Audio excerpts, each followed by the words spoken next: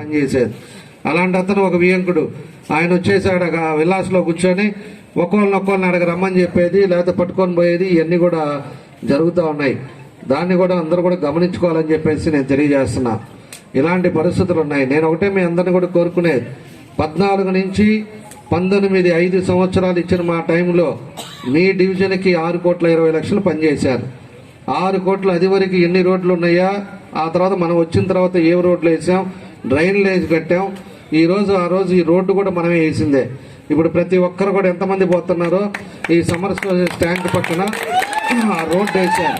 అది వరకు ఇక్కడి నుంచి వెళ్ళి మీరంతా కూడా ఏడవ వెళ్లాల్సిన పరిస్థితులు ఉంటే ఇది ఒక రోడ్డు మన గద్దలకొండకు కానీ లేకపోతే ఇక్కడ ఉండే ప్రాంతాలకి అన్నిటికీ అనుకూలంగా ఉంటుందని పెద్ద రోడ్డు కోసం అని చెప్పి ఆ రోజు అప్పటికప్పుడు ఆ రోడ్డు శాంక్షన్ చేస్తే ఈరోజు కొన్ని వేల మంది పొద్దున్న లేస్తే ఆ రోడ్లో వెళ్తున్నారు. ఆ విధంగా ముందు చూపుతోటి ముందు ఆలోచనతోటి ప్రజలు ఎక్కడ ఇబ్బందులు పడుతున్నారో చూసి ఆ పనులన్నీ కూడా మనం ఉండే టైంలో మేము చేశాం. ఈరోజు నువ్వు ఒక పనులు చేయకుండా ఈరోజు ఏదో డబ్బులతో రాజకీయాలు చేయాలనుకుంటే ఎంతకాలం చేయగలుగుతావు, ఏం చేయగలుగుతావు అని చెప్పి కూడా నేను అడుగుతా ఉన్నా. కాబట్టి ఇవన్నీ పరిస్థితులు ఒంగోలులో కానీ రాష్ట్రంలో కానీ చాలా దారుణమైన పరిస్థితుల్లో ఉన్నాం. ఒంగోలులో కూడా మీ అందరికీ తెలుసు స్థలాల పరిస్థితులు ఏమైనా ఉన్నాయో, దొంగ స్టాంపులు పెట్టేసి ఆస్తులు ఏ విధంగా కాజేస్తున్నారో ఇవన్నీ కూడా మన ఒంగోలులో కూడా జరుగుతూ ఉన్నాయి. ఈరోజు ఒంగోలులో అభివృద్ధి అనేది 5 సంవత్సరాల్లో ఆగిపోయింది. పూర్తిగా మనం చేసిన అభివృద్ధులు తప్పితే ఎక్కడా కూడా నేను డోర్ టు డోర్ తిరిగేటప్పుడు కూడా ఈ స్లమ్ ఏరియాస్లో కానీ కొన్ని ఉండే దగ్గర కూడా మేము వేసిన రోడ్లు తప్పితే మిగతావి కూడా పూర్తిగా వేయలేకపోయారు. వాళ్ళంతా కూడా ఈసారి వస్తే మాది కంప్లీట్ చేయనే పరిస్థితిలో ఈరోజు కొన్ని ఏరియాలు కూడా ఉన్నాయంటే ఈరోజు ఒక్క పని కూడా చేయకుండా ఈరోజు ప్రజలతోటి ఈరోజు అధికారాన్ని అడ్డం పెట్టుకొని ఈరోజు చేయటం జరుగుతుందని చెప్పి మీకు తెలియజేస్తున్నాను.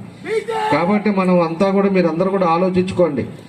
ఏంటంటే ఈరోజు ఉండే ఆ రోజు మీరు ఎంతోమంది ఉన్నారు, ఇక్కడ మహిళలు కూడా ఉన్నారు. అమ్మ కూడా అని చెప్పాడు, మీ అందరికి కూడా ఎంతమంది పిల్లలు ఉంటే అంతమందికి చదివిస్తానని చెప్పాడు. ఈరోజు ఆ అధికారం వచ్చిన తర్వాత అమ్మ ఒడి ఒక పిల్లోడికి అన్నాడు, ఒక పిల్లోడికి అని అది కూడా అకౌంట్ డైరెక్ట్గా ఫీజు రిమర్స్మెంట్ కాలేజీకి వేయకుండా వీళ్ళకి అకౌంట్లు వేయటం, అవి కూడా ఎప్పుడో గుర్తొచ్చినప్పుడు వేయటం, ఇవన్నీ చేసి ఎంతోమంది ఈరోజు చదువుకునే వాళ్ళకి ఈరోజు వాళ్ళు ఫీజులు కడితే ఎగ్జామ్ రాపిస్తానని చెప్పేసి ఎంతోమందిని ఇబ్బందులు పెట్టే పరిస్థితులు వచ్చినాయి. అదేవిధంగా ఈరోజు మద్య నిషేధం అన్నాడు. మద్య నిషేధం అనేది దొంగ మద్దు అమ్ముతా దొంగ మందుని ఈరోజు వ్యాపారం కింద పెట్టుకొని వ్యాపారం చేస్తా 10 రూపాయలు అయ్యేదాన్ని 250 రూపాయలు పెట్టి ఈరోజు క్వార్టర్ అమ్ముతా ఈరోజు ఎంతో మంది కూడా దాని మీద ఇబ్బందులు పడటం మనం చూసాం.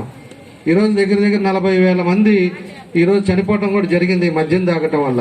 మన రాష్ట్రంలో దాదాపు 40,000 మంది పసుపు కుంకుమ పోగొట్టుకున్నారు. ఈరోజు చిన్న పిల్లలతోటి ఇబ్బందులు పడే పరిస్థితి వచ్చింది.